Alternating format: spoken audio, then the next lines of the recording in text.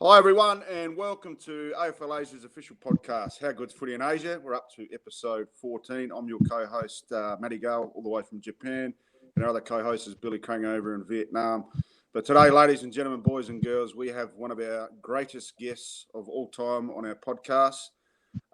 His affiliation with international football and his resume is probably too long to go through, given that he's played for 24 different teams. And a certain 22. level of 22, 27. 26. I think it's changing by the minute, but it's an evolving beast, and that beast is the Big Rooster. Rooster, fantastic to have you, and welcome to the AFL Asia official podcast, How Good's Footy in Asia. Thank you for coming. Thank you very much, guys. How good is footy in Asia? It's absolutely sensational, but there's not much going on at the moment, unfortunately. I was just talking to our AFL Asia Development Manager, Simon Highfield, this morning, and mentioned that, geez, it must be getting close to a bit of a Facebook previous history of the old memories where we went to Manila and Malaysia. It must be coming up around about this weekend. So looking forward to sharing some of those wonderful memories on our Facebook page over the coming days. But yeah, not much footy going on. The AFL final series is starting to really heat up, and I think it's one of the first times that we've had 6 live teams that are capable of winning the premiership, so there's exciting times coming up. How's things over your way, Bill? Yeah, not bad. How much did your mate Yoshi pay you to say that? The 6 teams in the race. I seriously think that St Kilda's probably got the least chance of winning out of the 6. Yeah, everything's not bad. Me and Rooster play domestic yellow versus blue games every month, and that's probably enough for old blokes like us. I wanted to compliment the Big Rooster on his outfit. It's very obviously a Wombats blazer that you're wearing today, Rooster. That is correct. I'm a little bit disappointed. You're now a full-time resident in Vietnam. Where is the Swans blazer? One I prepared earlier. Oh, I didn't know that was coming. Funnily enough, that's actually a Jakarta Bintang's blazer too. I happen to know, but it can be repurposed for the red, black, and white. Now, with a get up like that, what's the pants situation with that blazer? I'm fascinated. I could have gone Hugh Jackman on the RM Williams ad, but no, but it's still in Wombats attire. Oh yeah.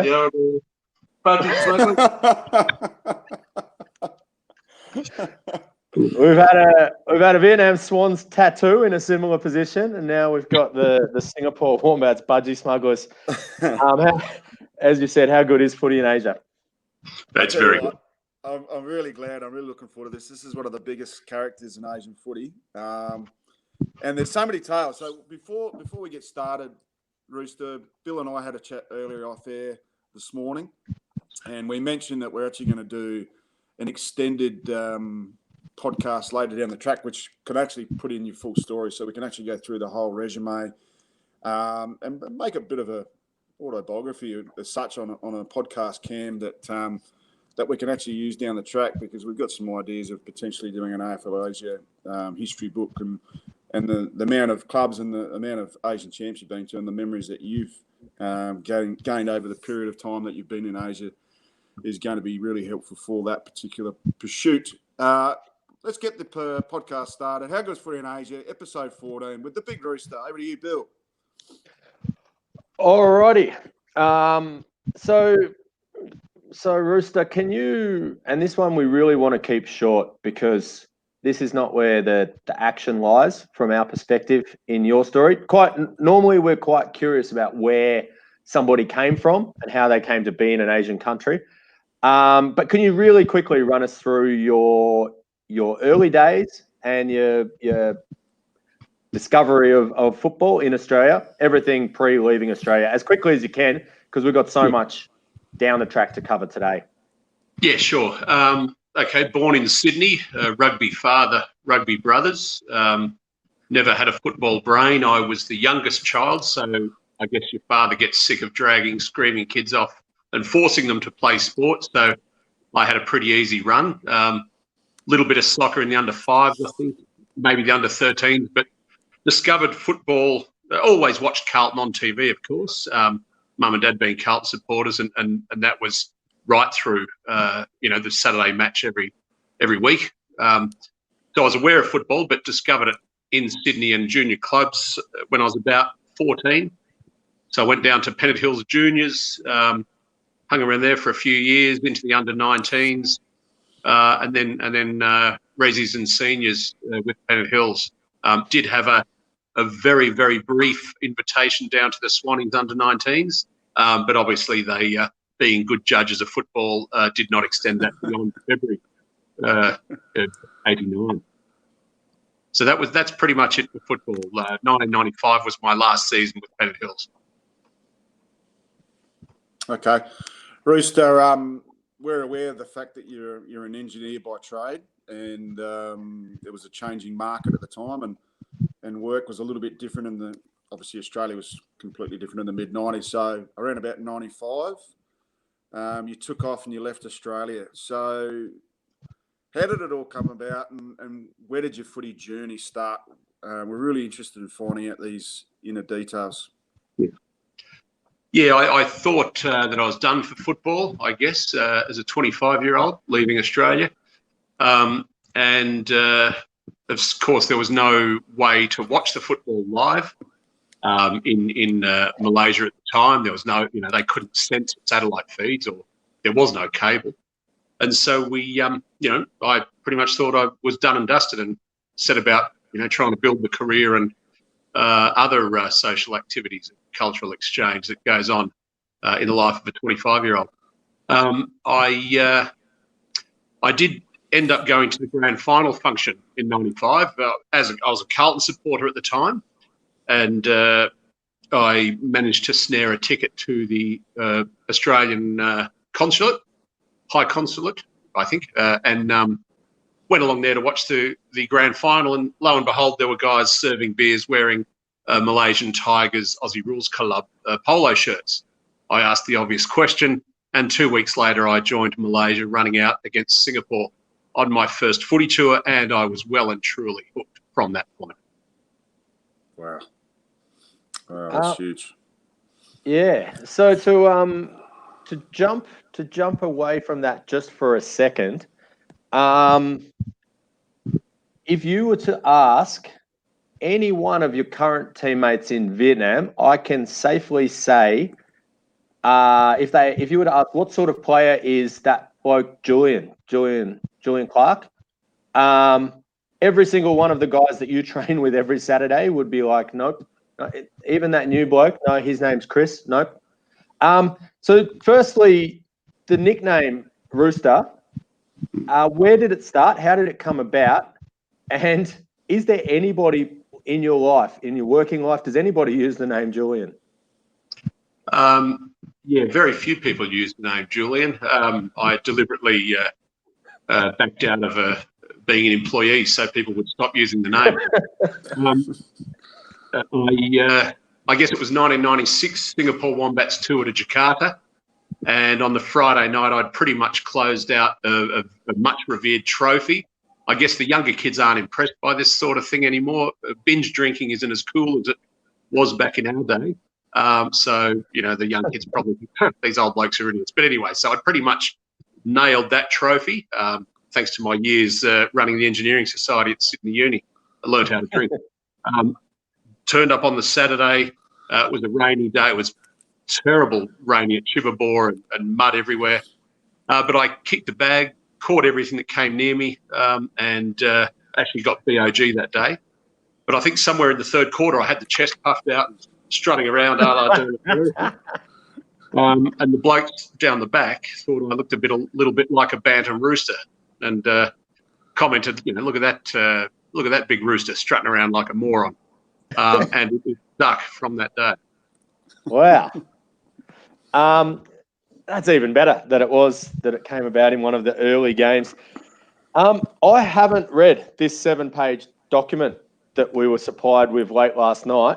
I hope Maddie has. We're gonna, like we said, we're gonna go back through some of the details, but just so we can get some sort of grasp of how these teams on every continent fit together. Could you tell us about your movements from 1995, just your permanent bases? Obviously, you were able to move around a lot with work to be involved with so many different clubs at different times. Yeah. But what was your actual bases, and how did that bring you into each region? Yeah, look, I think you probably hear the Big Rooster and absolute footy whore in the same sentence plenty of times. I don't care who I play for so much. Usually the team cares if I want to have a run or not, because that's detrimental to them these days. But it started in Malaysia, and I discovered that Singapore went on a few more tours than Malaysia did. They were off to Jakarta. They'd been to Arafura games in Darwin earlier that year. They'd been on a tour in Japan much earlier in the year. And so I called them up and said, look, I'm in Malaysia, but we don't play enough footy. Can I have a run with you blokes? And Phil Allison, the coach at the time, said yes. So next thing you know, I'm on a plane to Jakarta, timed with a business trip, of course. Thank you, Hawker. And pulled the boots on for the Wombats there. I'd regularly drive down to Singapore, play a Navy game midweek, grab a couple of beers and head home. And so even within Malaysia, I'd started, racking up the tally of nations. But from Malaysia, where I was actually marking time in Malaysia, supposed to move to Thailand on a JV. We didn't find any Thai companies we trusted, but funnily enough. So we ended up buying our largest regional competitor in Singapore. So I moved to Singapore at that point. And after about a year in Singapore, I was in Perth commuting to Jakarta every second week. And I was spending every single weekend in Singapore, almost every single weekend in Singapore. So very, very active with the Wombats during that time, and ultimately moved to Jakarta with about a year prior to being evacuated out of Jakarta when people were burning cars on their way to the airport. Suharto was toppled and all other various things were happening due to the Asian currency crisis. But obviously, playing with Indonesia then, I'd been playing with Japan in Arafura to that point as well. And then back in Australia to write a business plan and move up to China, where I started the China Blues. While I was in Australia, I heard about the first tournament ever in Asia in Saigon to celebrate the opening of a Foster's brewery.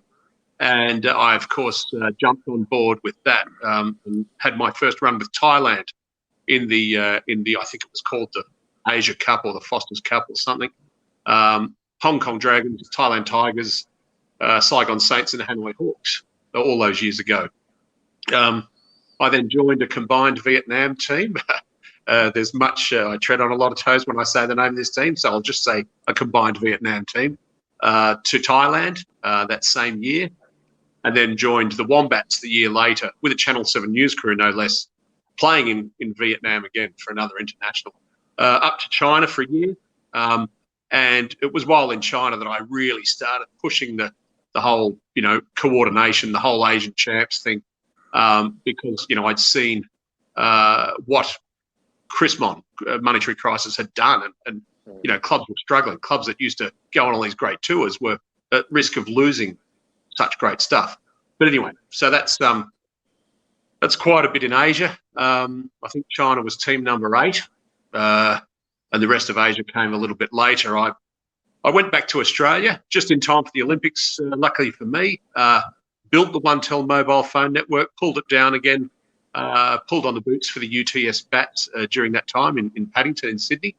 But then I was off to Germany as a contractor to Nokia. And there was a bit of footy in Germany, but, they sort of weren't really playing enough footy for my liking.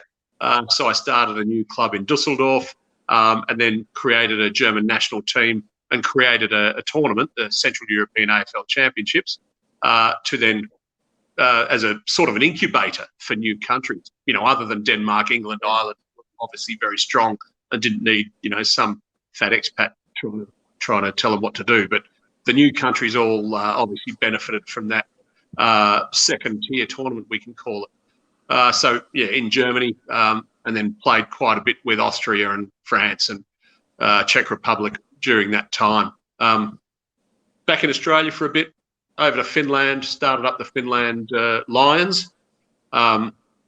and obviously won a couple of tournaments with them. And the move to Finland was my penance for accepting a full-time job in Singapore with Nokia. It couldn't be that easy. I had to go to Finland for winter first, which was tough. But then the next 14 years in Singapore, my third stint in Singapore, back at the bosom of Mother Wombat, and very much enjoying all that the Wombats have to offer. The most prolific touring team in world football history. Wow. And that's Myanmar. I then I never left Singapore. I didn't relocate from Singapore for 14 years, but I did commute almost on a weekly basis to Yangon when the mobile phone licenses were given out. And as soon as I hit the ground, I'd already made some jumpers and were recruiting, and ultimately got the Myanmar Fighting Cocks off the ground. Great football team name. Don't know why they changed it, but anyway, you got to let go, I guess. And that was Myanmar. And over the years, Peter Bossink started up the Bangladesh Hunters. I obviously was ready and able to help them out in Bangkok. Muzza started up the Pakistan Markhors and played in the Anzac game at Kanchanaburi, and obviously I made myself available to help Muzza out with numbers for Pakistan. Several other nations I can't remember. East Timor, the honourable member for Solomon, Luke Gosling, started up the Timor-Leste Crocodiles, and I supported them with extra numbers, not with skill, over the years. Played in the Crikey Cup against Bali with them, Bali Nines as well. Didn't play for them in the Masters, but I did play for them in the Open Nines, if that still exists. Lots of teams in Asia, lots of teams in Europe, and of course business trips to the US obviously coincided with a scratch match or a Metro League, or at one point I did play in the US Nationals for Florida with a broken arm. As it was 2006. Wow, I'm absolutely blown away by this, but there's probably one country you didn't mention. You're actually living in Vietnam now, so we could have gone through, and I don't think many people picked it up, but we did put VT time there on our Facebook post. We are currently living in Vietnam, so that's quite an astonishing wrap up of just the places that you lived in, let alone all of the teams that you've been associated with. You mentioned about forming clubs. Now, this is no mean feat to form one new club, but you formed several clubs. What are the key ingredients to get a new club off the ground? I think take what I say with a grain of salt. A lot of what I say probably isn't going to be that relevant today. I was burnt with my early experience of the internet. 1995, being the only guy outside the country trying to communicate to Australia on two very damaged copper pairs. So I bypassed the internet. I started football clubs in China. Well, China was my first club that I started. I started that by never wearing anything but a China Blues polo shirt whenever I was outside the house. I was in Beijing and Shanghai every month, and I would go to bars. Someone's got to do it. So I volunteered. Go to bars and clubs and drink beer and just puff the chest out with the China Blues logo on it, trying to get anybody to make a comment. And people did. And that's how I discovered football in Asia, and that's how I made other people discover football in Asia. And that's how we got the China Blues growing. We didn't actually get our first game until 18 months after I started promoting it, and I'd actually already moved back to Australia at the time. 6th November 1999, I think it was, against Japan. The polo shirts, that's how you get it. And it's just grab the numbers. And I think it's all very well to train, and you've got to train, obviously. But if you don't have a goal, you need something to focus on. Choose a tournament, choose a fixture, and work towards that. And I look at my mate Kolja Koricic in Croatia, and he started up the Croatian Knights, and they're a very strong and quite successful team. But in the absence of Central European AFL, all that Kolja could do was give us a weekly report on how many people turned up at training, and that went on for a few years. And it wasn't until the Central European AFL Championships was already established before I moved to Europe. I was put in contact with a guy moving to Madrid. I said, you start Spain, I'll get a German team together. We're having it in Madrid. Let's go to Europe now. And we did, and we hosted the tournament, and we borrowed a lot of players, and we, a lot of doubling up for this team and that team just to get the numbers up. But we got the runs on the board. You've just got to do something. Don't think, do. And so if you can have those aims that, I call the Asian champs the tour to do if you're not going to do a tour. And I think coming out of COVID, there are going to be Asian teams who are thinking, geez, we're not in a strong position. Focus on champs. If it's the only thing you can do, focus on that, because that will help other teams to see where you're at, and maybe they'll come and lend a hand and play a game against you. So I guess number one, just have activity, remain active, have games, actual real games that you can focus on and work towards. Training's great, but let the other people organise that. If you want to really drive football, set up the games and work towards that. Brilliant. Just on that, which clubs did you actually form over your journey? I think we went through some of them, but not all of them. Yeah, China Blues, which became the Reds, the Dusseldorf Lions, which became the Rhineland Lions, the Finland Lions. I'm not a Lion fan; it just happens to be on the crest of both the locations. Finland Lions became the Finland Icebreakers. Pretty cool name, actually. And the Myanmar Fighting Cocks. God forbid, I can't believe the 1 in 4, the 1 out of 4 that would not change their name. Fighting Cocks. But the Fighting Cocks became the Myanmar Schwerchintas and changed their jumper to orange. One of the great jumpers of Asia changed it to orange with a pair of buttocks on the chest. Not quite sure what the thinking was there. Just one more on starting clubs. If you had an opportunity to start a new club anywhere in the world, where would you start it and what would you call it? Oh, I have. I used to rattle off the names for lots of clubs I wanted to start. The Portuguese, the Hungry Hippos, the Andorra Goats, the Grease Monkeys. Lots of teams like that. There is a very unfortunate one. I think the Cambodian Kangaroos were a very, very brief flash in the pan name of the team, and I guess an unfortunate side of that was the name was often short to the Khmer Roos, which was obviously not conducive to being in harmony with the local community. So obviously a very good move to change it to Cambodian Cobras. Cobras are obviously feature a lot in Cambodia and Khmer culture, and then ultimately the Eagles with their West Coast thing. But I digress. Where would I like to start the team? Look, I'd love to get a team in North Korea, just because of the challenge of it. But even South Korea, the Korean Kimchi Kangaroos were mooted several years ago, but never seemed to get off the ground. But yeah, North Korea would be a challenge, and I think that would be very interesting to have a crack. But so not in the twilight of your footy diplomacy career, that could be the absolute feather in your cap. I can just imagine you converting Dennis Rodman into an AFL player, having him as your captain, maybe. Kim Jong-un would keep the players in line. They'd definitely perform. In your opinion, sure if he was Korean. that's right. In your opinion, what makes, and from what you've seen across all these clubs, some as a central figure, some as a just kind of a whore, as you put it, blowing in, blowing out. What do you think makes or breaks a footy club?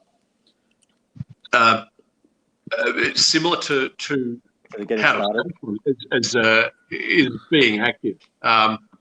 Make sure you keep playing games, or you can go become stagnant and interest drops off, and the next thing you know, you just don't have the numbers to do anything. When you look at Vietnam, we've done a lot. We can't really tour, but we have Saigon flew up to Hanoi. I think we're the only people in Asia to have jumped on a plane and played footy this year. Yeah. Possibly, in the world. Played in the case. Well, amateurs, the only amateurs to have done so. Yeah.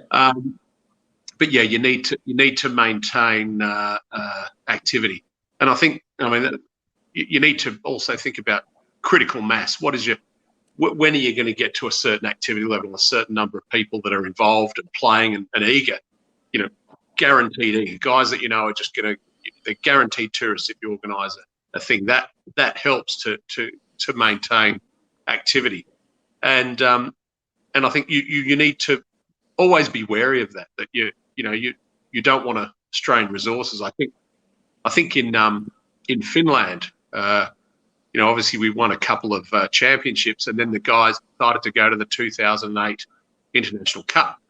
I mean, that was after I left and handed over the reins to two other people, and they've never been to an International Cup. They'd only ever played a bit of footy in Europe, and thought that was the logical next step. And once they started, you can't say, no, guys, I don't recommend that. You can't do that, because a bit of negativity will make the whole venture collapse.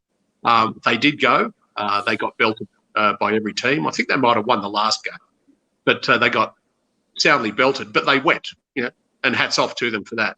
But that did result in they overstretched resources and probably found things a little bit tougher than it would be just to do things in and around Europe.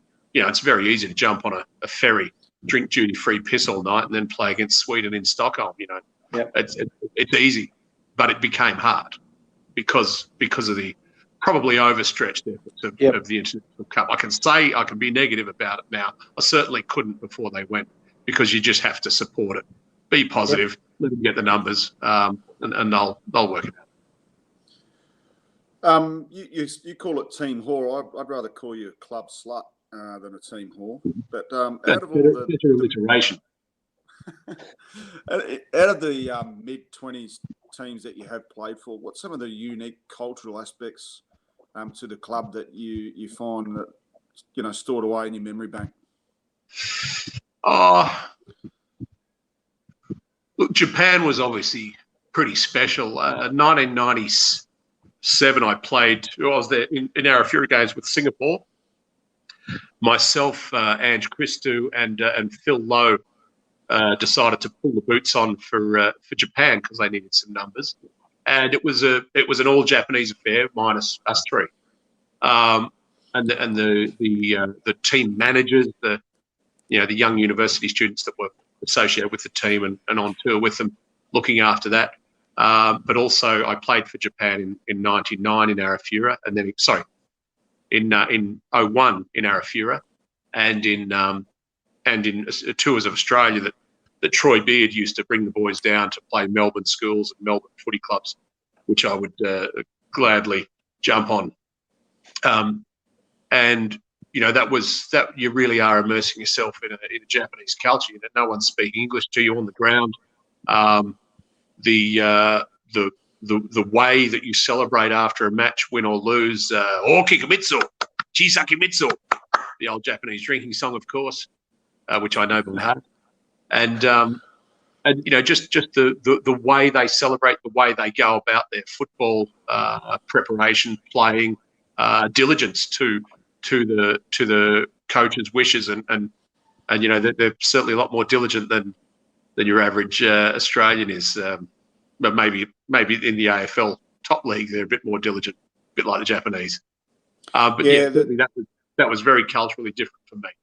Yeah, the Japanese are very unique. They train basically the whole year round. They don't have a break, and sometimes in here we get an average of 5 degrees over winter in the real coldest months, and 38s in August, and it's really super hot. So they train all year and they barely play, and I guess that's where that due diligence comes in. So thanks for mentioning Japan. So that was really good. Back over to you, Bill. Sorry about that.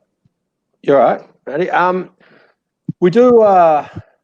It's an interesting situation. We do often, obviously, this platform ties straight into Facebook Live, and we do keep the videos on the website as a YouTube embed later on.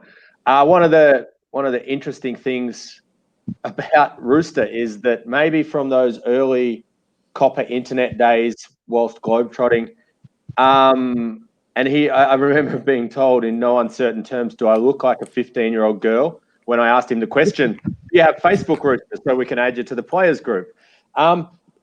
Rooster does not partake in any Facebook shenanigans. So he's unable to see this format. I had to explain it to him over WhatsApp. So he's going to be a little bit puzzled as to how these comments are popping up. But Rooster, people just type as they watch. I'm just going to fly through a couple and then we'll get back into the questions. The only relevant question we've got for you so far came in from Nashi. I'll read it to you. Save your eyes. What's your favourite hotel pool to fall asleep in? Some of Saigon's bars have also been a happy resting place. So, have you got a favourite? Yeah, the warmer ones. If they've been in the sun during the day and warmed up a bit, that's obviously very pleasant and soothing. But probably the worst hotel pool to fall asleep in is the Wombats Hotel at Angeles City. I will never be swimming in that one again. For good reason. And there's been plenty of people, I won't be able to flash them all up, but Root was straight in. He's recovered from the Bulldogs on the weekend, saying long live Rooster, a legend. There's Ackery. Graham Nichols, biggest football whore ever. Cheers, Rooster. And Yoshi was inspired by your message to just do it. And I do think the great Phil Johns also once told me and Dave O'Shea around the Swans, stop sitting at the pub talking about what we want to do at training next week. Just do it, boys. Ed Clark also did ask, is your jersey overstretched? Now, I don't know if that's your previous playing jerseys or you're not wearing a jersey today, so...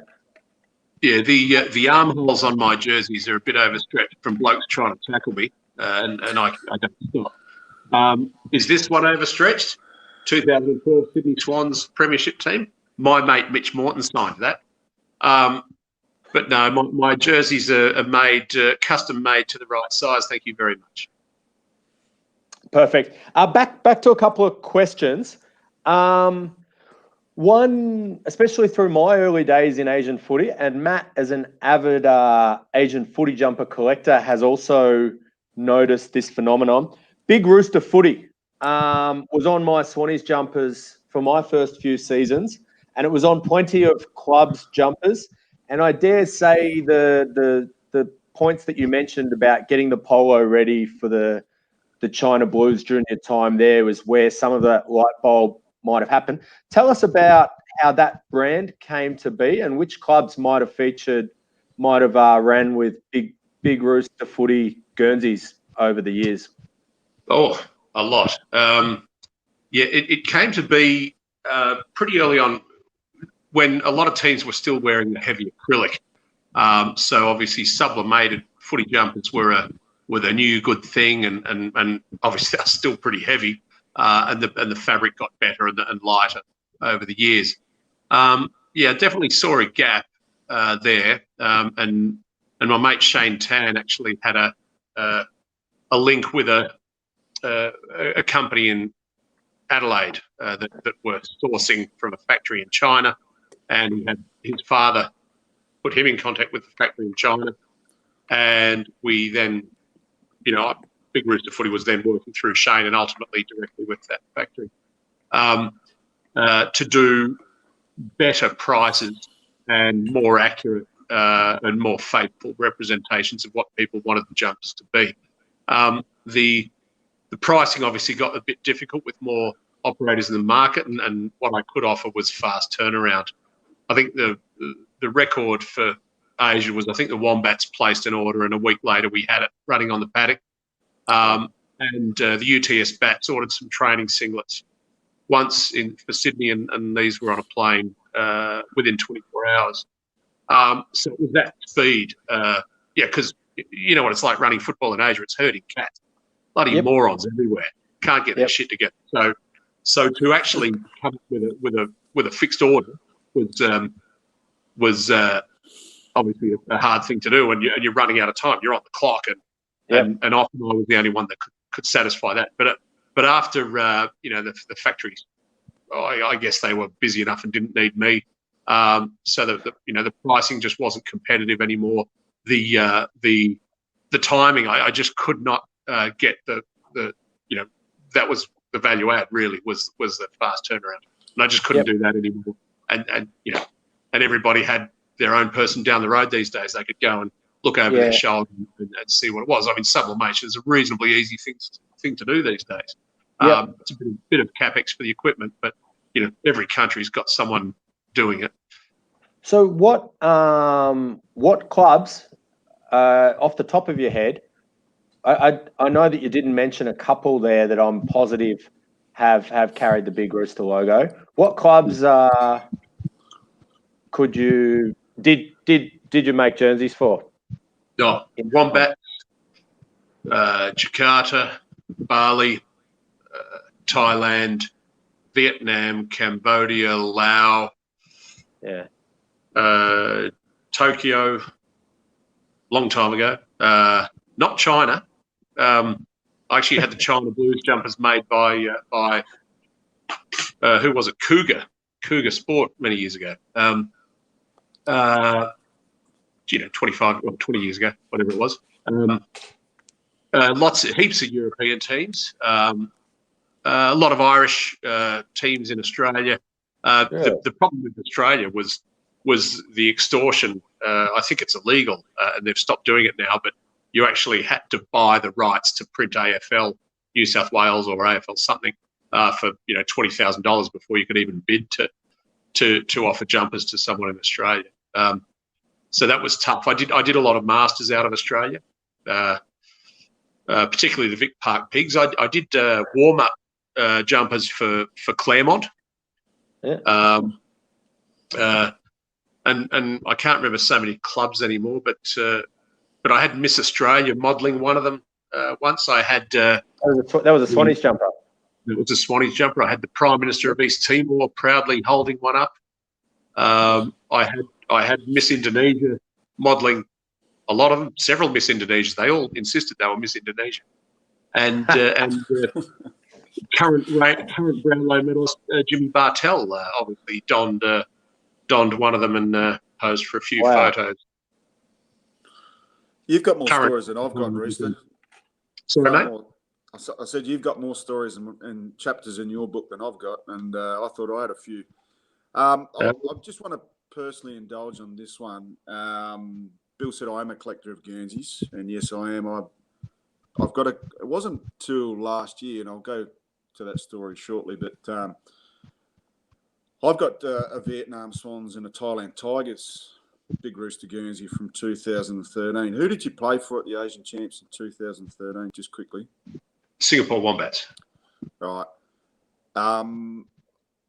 When I played for the Japan Goannas and we were in the Tokyo Goannas Guernsey, and someone came up to me, and I still don't know who it is to this day. I know they were large. I know they were bald.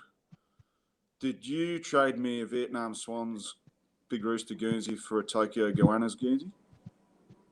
No, it wasn't. But there's a. I mean, were we playing in Pattaya that year? Because I think there's a recently discovered species of fat bald expats in and around that area.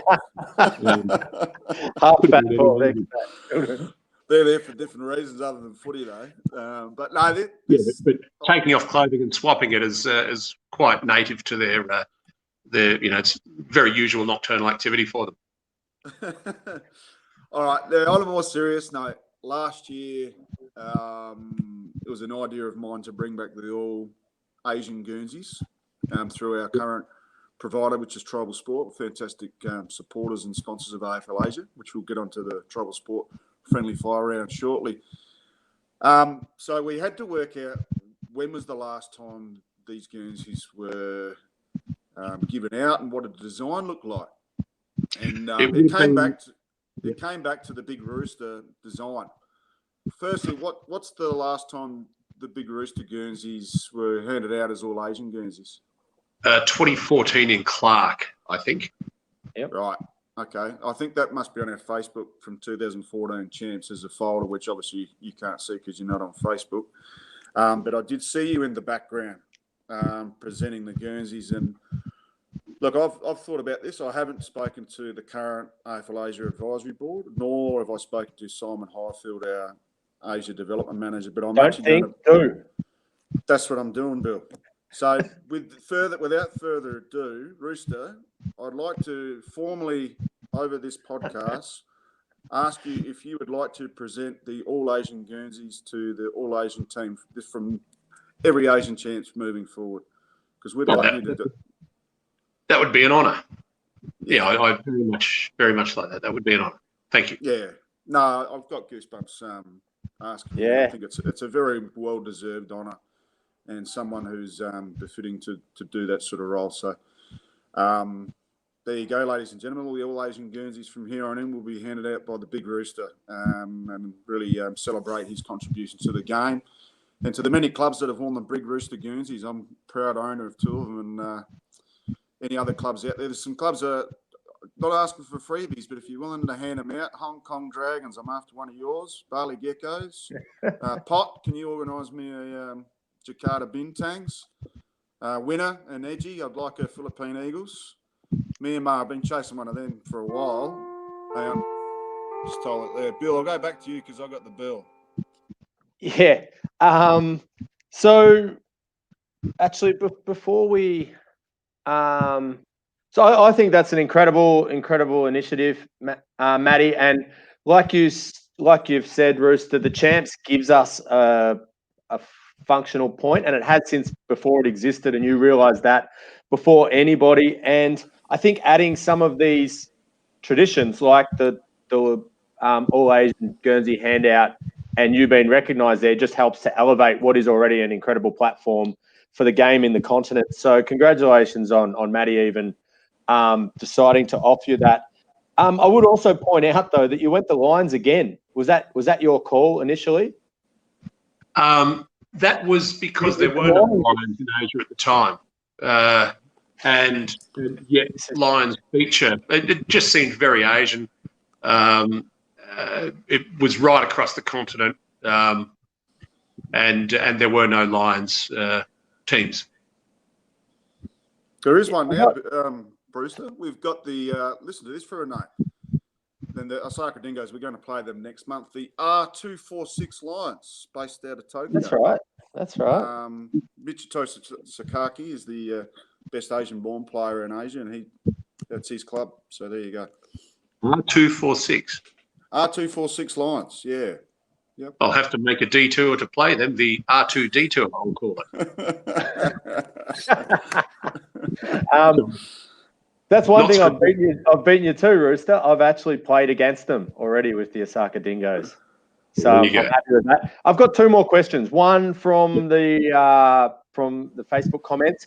Another Asian football legend, Darren Whitfield, would like to know more about your Asian champs. He doesn't care about the on-field. He cares about the slip and slide history, which has become almost as iconic as I used to run engineering. I used to run engineering at Sydney University, and we, $4, 4 kegs and 40 kilograms of sausages every Friday on the beside the Wentworth building, and there was a lovely, gentle slope in the grass there. We'd put, being engineers, industrial size slip and slides in, and as each keg was emptied, I thought, here's an idea, and we used to line the kegs up, and much like Dick Smith in a double-decker bus jumping over 14 motorbikes.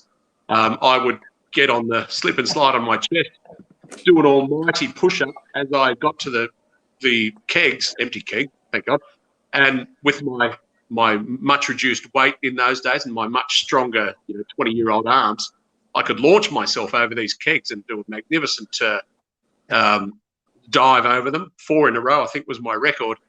And obviously, I wanted to redo that. I didn't see any danger in it because I did have an accident at university once. I was probably doing it nude, as you do at university, and bang, I hit one of the kegs.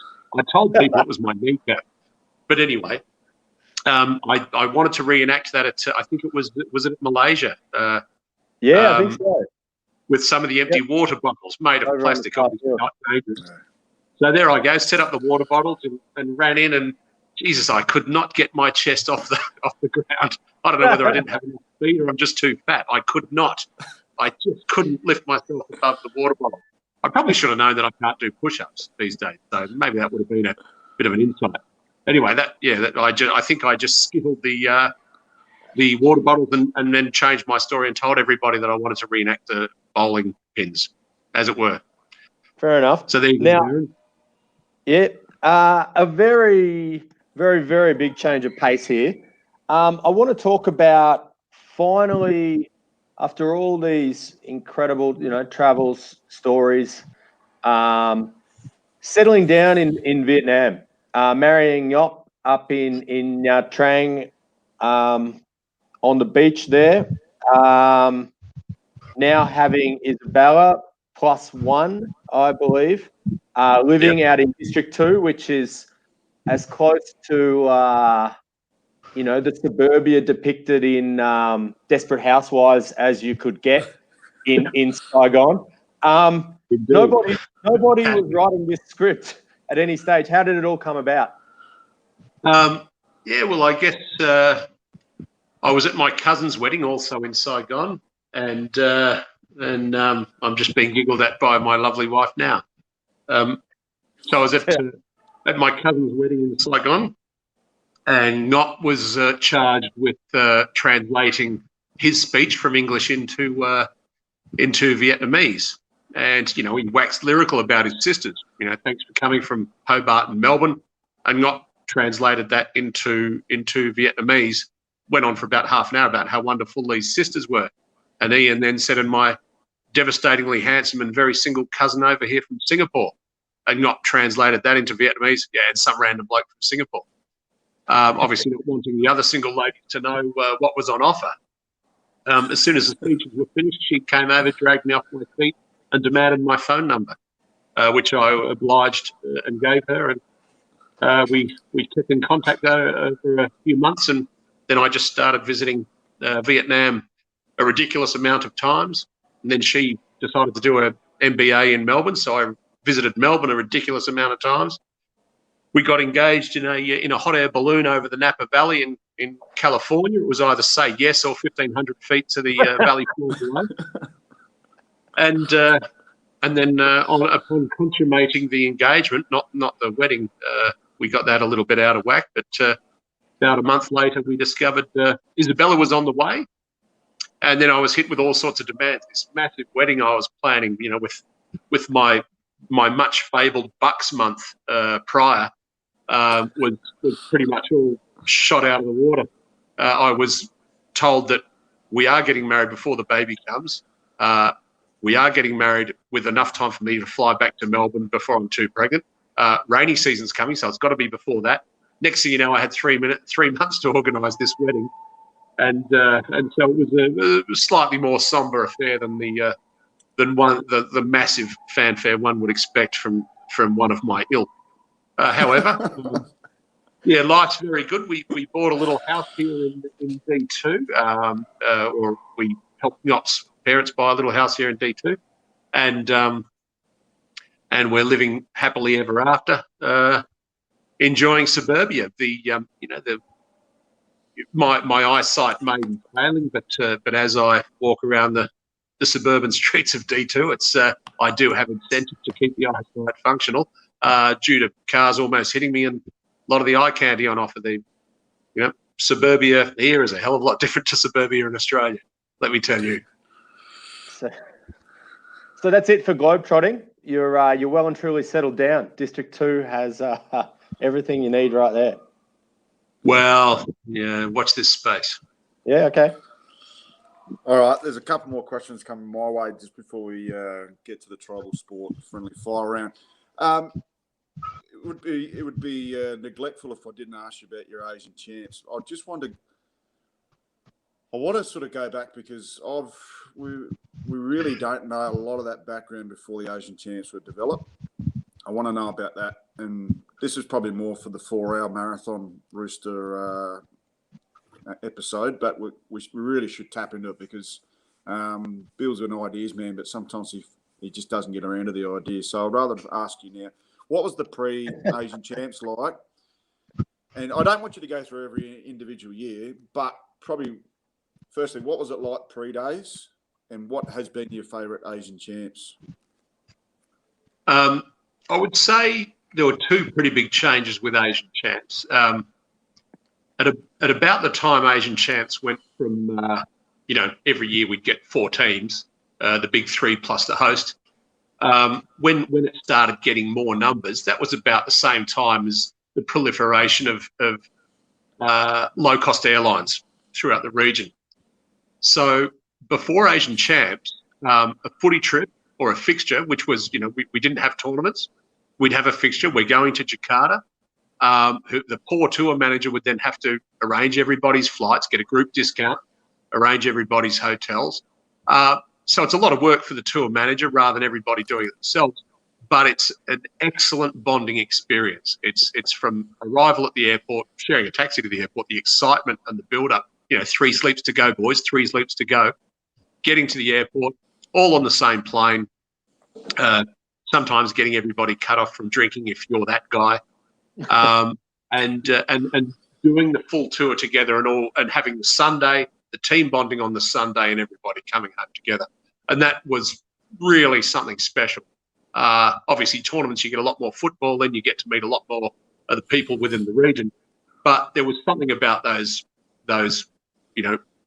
fixtures where everybody's travelling together that was very good. And Singapore were very, very strong. We were largely unbeatable on a lot of our fixtures. What I found with the advent of the champs for Singapore was that people focus so much on the champs now that the fixtures are just secondary for Singapore, which is unfortunate. We struggle to get numbers. We don't perform well. People arriving in dribs and drabs. There might be people not even there on the Saturday night, let alone Sunday bonding sessions. And when you consider the itinerant nature of some of the players in these teams, it's good to have that bonding session. The bus back from KL was where new people would learn, what it was to be a member of the Wombats, and a lot of the great stories and a lot of the great club history would be revealed on that bus ride. So it's from the Singapore Wombats perspective, I think it's a pity that the individual fixtures aren't what they were, but certainly the tournaments are awesome. To travel, with 70 great mates from Singapore and put a couple of squads into the Asian champs and to see what we've built up during the year, see all that training come to fruition, and then to celebrate if we win or commiserate, either way we're at the pub or Newton Circus or whatever, on the weeks following. Another downside of the champs I see in Singapore, again, is once the champs are over, nobody's interested in footy anymore. There won't be another tour, which is why I've always liked the champs in October. If the champs are in August, Singapore shuts down post-champs. You have the grand final function, but that's it.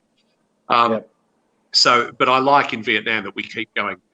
The International Cup, obviously, Indochina Cup, obviously gives us that other thing, sometimes a bit later in the year. But for newer countries, I think the Asian champs has really been very good. Case in point, Vietnam in 2007. I call this, Phil Johns is welcome to dispute this, but I see that as the defining moment for Vietnam, where, Johnsy on his WordPress blog was giving us a story every day about how many more people have signed up to play for Vietnam. I think they ultimately got 45 or something on tour. Yeah. But it was the momentum building up and the excitement, and you could just feel it, how exciting it was for these guys, their first Asian champs. And I genuinely feel that the tours that Vietnam goes on and Cambodia and some of these other countries, their extra tours, their extra fixtures are probably enhanced because of the champs. I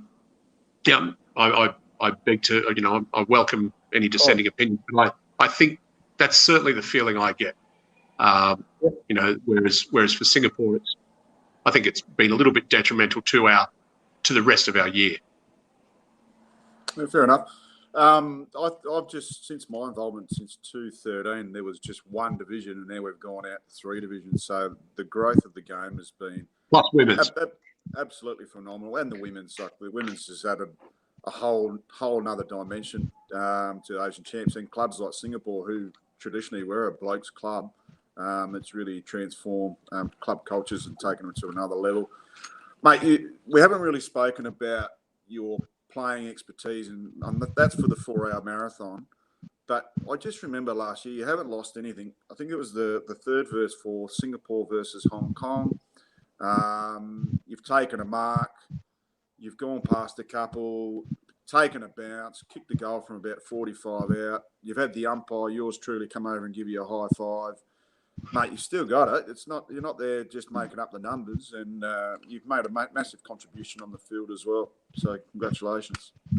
Oh, thank you very much. It takes a little bit of warming up. Playing in third division means I'm on the ground, so after about an hour, I'm ready to go. But playing in a Wombats fixture against Jakarta, I'm on for 2 minutes, off for 10.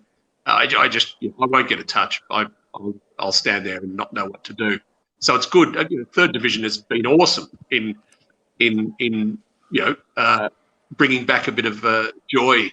Well, there was always joy, but enhancing the joy I feel playing and the value that I can add. Yeah, it's definitely great for those guys like yourself in the twilight of your career. Yeah, so basically the Hong Kong Dragons and Singapore Wombats is predominantly Masters-based teams, and it's really good for the local development players to have that extra time on the field because of the slower players like they're in the twilight of the year. So it's really applicable for the development of the game. Just getting onto the development of the game, we've seen so much growth. You've seen local development being introduced and really harnessed the growth of participation within the region. Where do you see football going, and what needs to occur for Asian footy to go to another level moving forward? Well, I think I've seen two downturns. I've seen the Asian currency crisis, which was a big reason why the Asian champs and coordination between countries was needed. And then, of course, COVID. It doesn't matter how much you try and coordinate and how much money you throw at it. If you can't travel, you can't travel. Look, I will never get tired of jumping on planes and going to great cities and playing football. And I will love to continue doing that, and I want to ensure that continues. But domestic leagues, I think Hanoi are playing had their second round of AFLX just recently. And that, as I said earlier, it's not just about training, doing things. Do stuff. And so they are doing things. And that will help to give them a sustainable model that you can bring locals into. Who knows? If you run out of expats because they go home for whatever reason, you're at risk of losing everything. And your locals, when they go home, they're still here. They can still play football and keep things moving. And then when I do come from a business trip from my retirement home in Sydney, I can still pull the boots on them, and there'll be a game happening.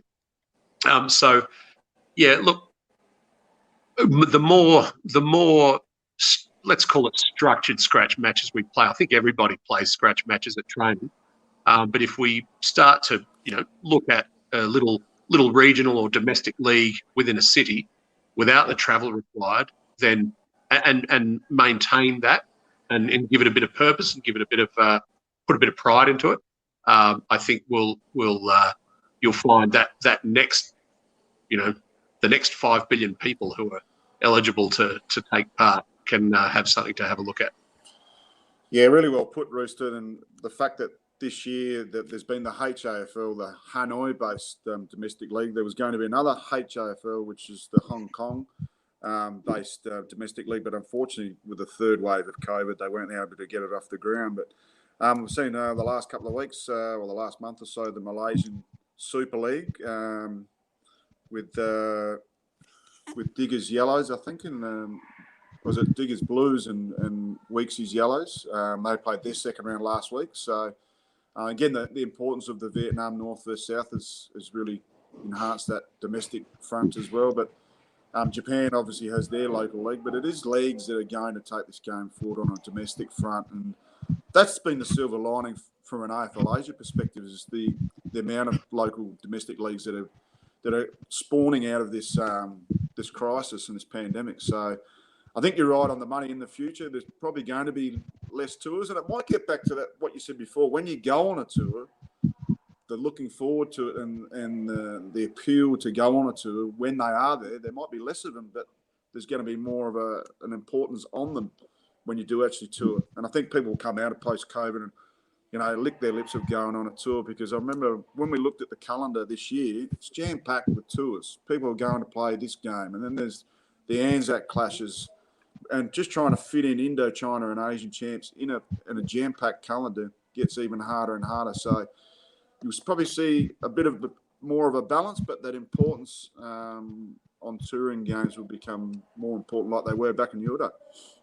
Yeah, but I look at rugby, and you know, a lot of Singapore and Hong Kong, for example, have very big rugby leagues, rugby unions rather, playing, you know, without travel. You can underwrite locals to get involved in that if they can't afford it themselves, without having to jump on a plane. But they still do a lot of tours. There are so many of these great tournaments in rugby around the region. You know, I often felt it would be great to get some of the Aussie rules before the Asian champs. I was thinking it'd be great to get a combined Aussie rules team to go and, you know, whoever knows a bit of rugby, go and play rugby and see the way these guys put these tournaments together, because they are awesome. You know, rugby clubs do know how to tour, that's for sure. And so the Gaelic's the same.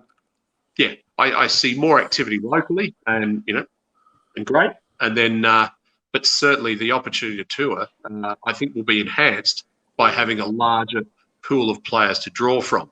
If you, in Vietnam, for example, if we were to lose all our expats and replace those with Vietnamese locals, okay, maybe that reduces the capability to go on international tours.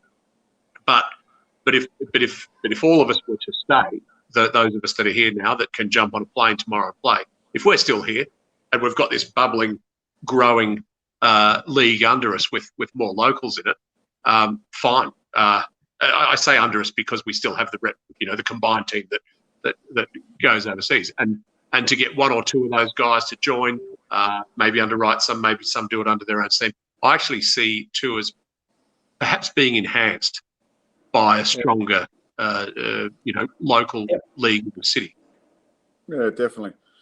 Thanks for your contributions there. We'll get over to Tribal Sport Friendly Fire Round. Thanks to Big Dave. Matty, can I jump in? Yeah. I know you, but you've mentioned we'd be remiss not to do a couple of things, and I've just written down one note to try and get in before the friendly fire round. Yeah. And the word I've written down here, Rooster, is quirky. Now, I know you're a big fan of that word. Did you want to, as quickly as you can, throw in a couple of quirky stats that obviously people who haven't met you might not have heard? Anybody who's met you, you hear these stats in the first 5 minutes. But quirky stats, go, quick. Well, first democratic goal on communist soil, first communist goal on democratic soil. Both of those depend on defining Thailand as democratic, right? And Vietnam. I think it was in those brief windows. Yep. Thailand was democratic between juntas. Okay. So Thailand versus Vietnam, Vietnam versus Thailand. The northernmost goal prior to the Beijing Olympics. It's just a twist of fate that happens to be the date. What else? I've got them here. Have you? Feel yes. free to rattle. A leading goalkeeper for Austria still. First goal ever scored for several nations. Yeah, Myanmar, UTS Bats, several others. Yeah. Finland, Myanmar, Vietnam, Austria, France, quite possibly Dusseldorf, Germany, and China. Yeah. All-time leading goal kicker for Austria. That's in a one game. Yeah, 16 goals in a game. As far as has never been topped.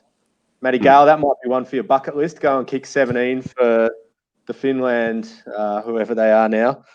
And the last quirky stat that we've got here in the PDF you sent through was the being at every Asian champs No, and only not playing in 2006 with a broken arm. Something. And the even quirkier stat on top of that is that you had played a couple of games since that injury anyway, right? Yeah, I had the full handlebar moustache for the Jakarta champs in 2006 because it well and truly was footy touring season. I think I joined a rugby tour. I didn't play with the broken wing in rugby, but I played for Rhineland versus whoever beat us in the grand final in Germany. I ran on for a couple of minutes. I played the Central European AFL champs and pretty much won that tournament out of the ruck. Yours truly, believe it or not. And I played for Florida in the US Nationals all in the week leading up to the Asian Champs in Jakarta. So I was a little bit disappointed when our coach, Lou Topia, said, no, you've got a broken wing. We can't put you on. But I was stripped and available. And we did have that game. This is when I think there were 7 teams at the Asian Champs. You all played each other once or as close to that as you could get. And Singapore did not need to win our last game to go into the final, grand final, to final. So that was our game when Paul Britton captained the second division. Of the 50 or 60 guys we had on tour, the guys that weren't really going to get much of a run in an important game, we got to play against. And I think it was against Japan, Maddie. I can't remember who won that game actually, but that was definitely a chance for someone with a broken wing to possibly get a bit of game time, but unfortunately no. So 2006 remains as an asterisk with a enthusiastic supporter. All right, now back to the tribal sport friendly fire round. Big thanks to David Lake, who's the owner and also the AFLW Gold Coast Suns head coach. And they had the draft during the week, and I see Big Lakey picked up Sarah Perkins with a second-round draft pick. Big Tex Perkins, the big girl full forward, who played for the Crows and was a fill-in injury replacement player for the D's last year, I see, Bill. But she's gone up. She actually said, I want to go to Queensland, and the Gold Coast Suns AFLW team's picked up. But big thanks to Lakey. Any team out there in Team 20 season 2021 looking for some new Guernseys, we can't go through the Big Rooster anymore, but feel free to go through David Lake and the Tribal Sport team. They will look after your every needs. Bill, over to you, please. Righto.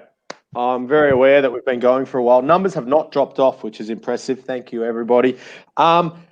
Now, the Big Rooster nickname is hard to top. In fact, the Thailand Tigers, our very own Niall, has commented that he didn't actually want to find out your real name, so he's a little bit shattered now. He's very happy with the Mighty Rooster. Now, this could further his horror. Are there any other nicknames that you've gone by, maybe prior to the Rooster nickname appearing, or? The mythical beast. Basically, I am barred from elaborating on that, but the mythical beast. Yeah. Okay. Jules at university and at Malaysia prior to the 96 match. Yeah. Yeah, nothing special.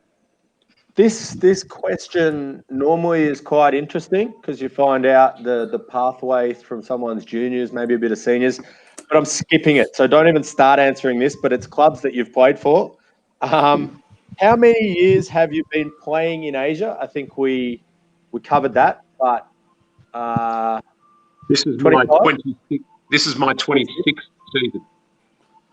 Yep, and it's interesting you mentioned playing in the ruck with the broken arm a week prior to missing the one and only champs that you haven't played in. What's your favourite position?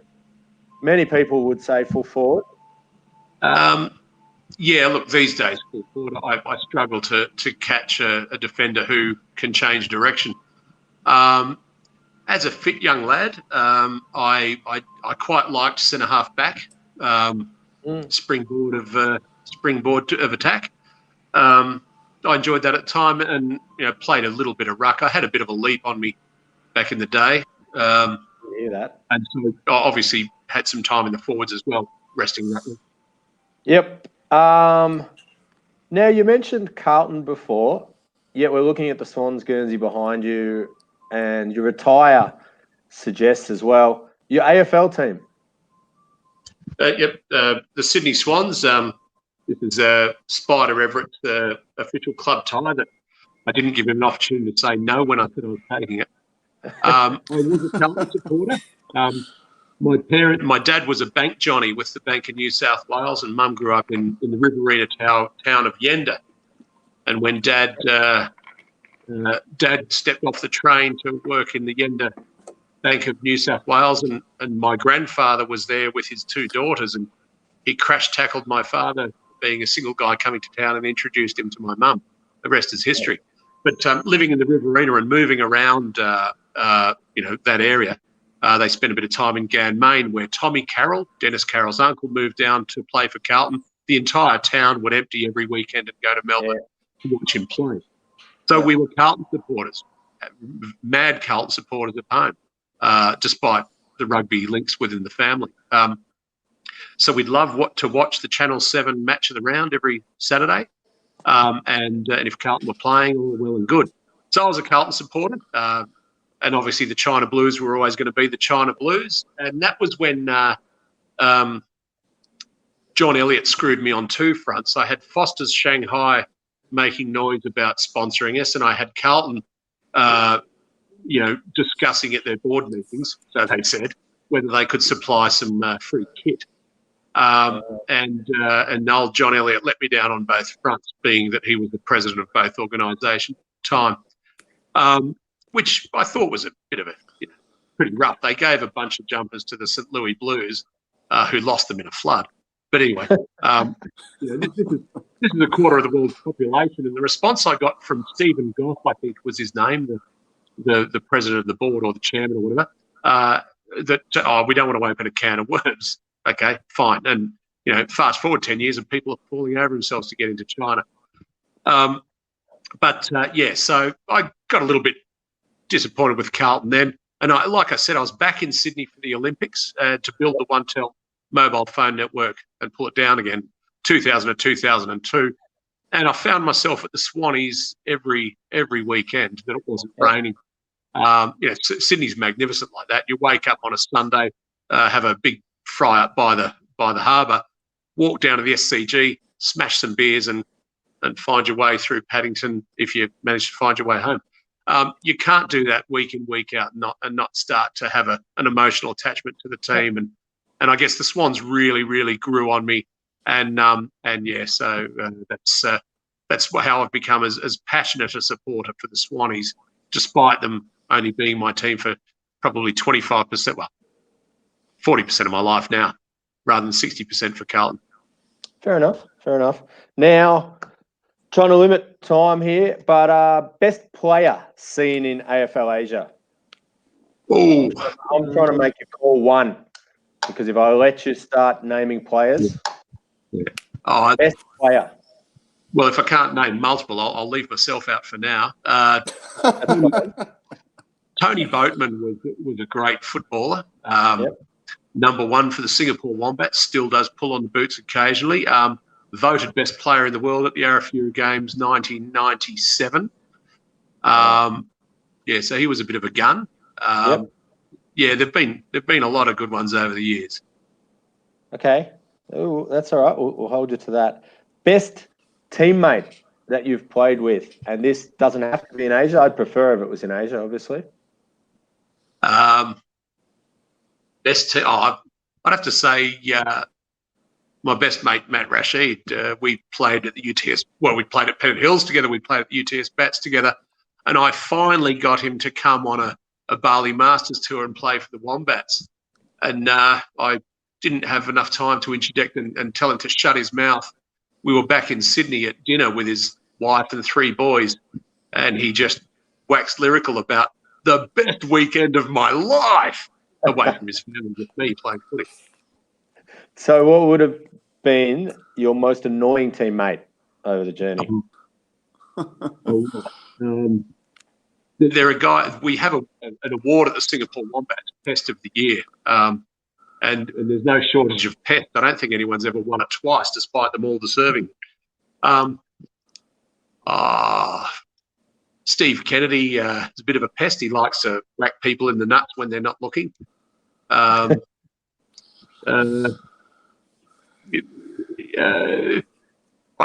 to say, what's his name? Singapore moved to Hong Kong, or rather Hong Kong moved to Singapore. The pest. Can't remember his bloody name there, but we call it the pest. Hong Kong jumper. On his Hong Kong jumper, it's printed the pest. That bloke. That will pop up in the comments. Someone's going to put it up on the... yeah, I was going to say that'll pop up.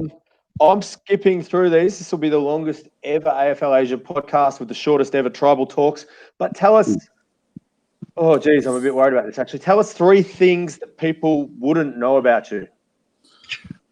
I'm an introvert.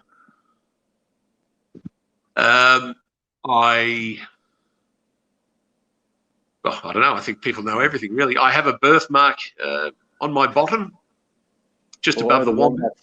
Big Togs, yeah. And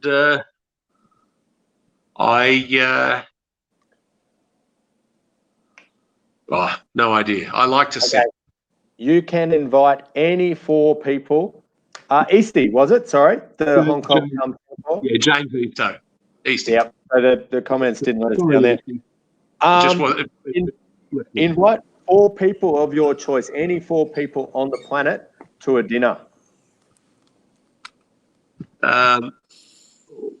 Elvis. Okay.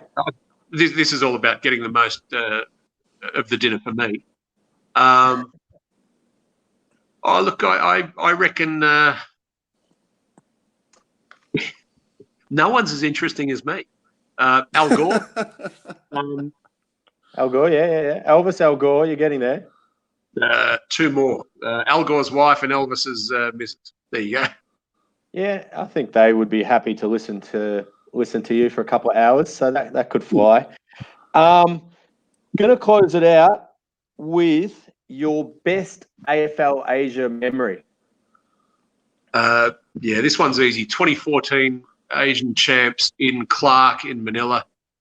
Clark in Philippines.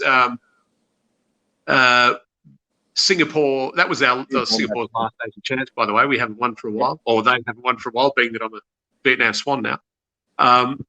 Ed Clark coached us that year with a game plan.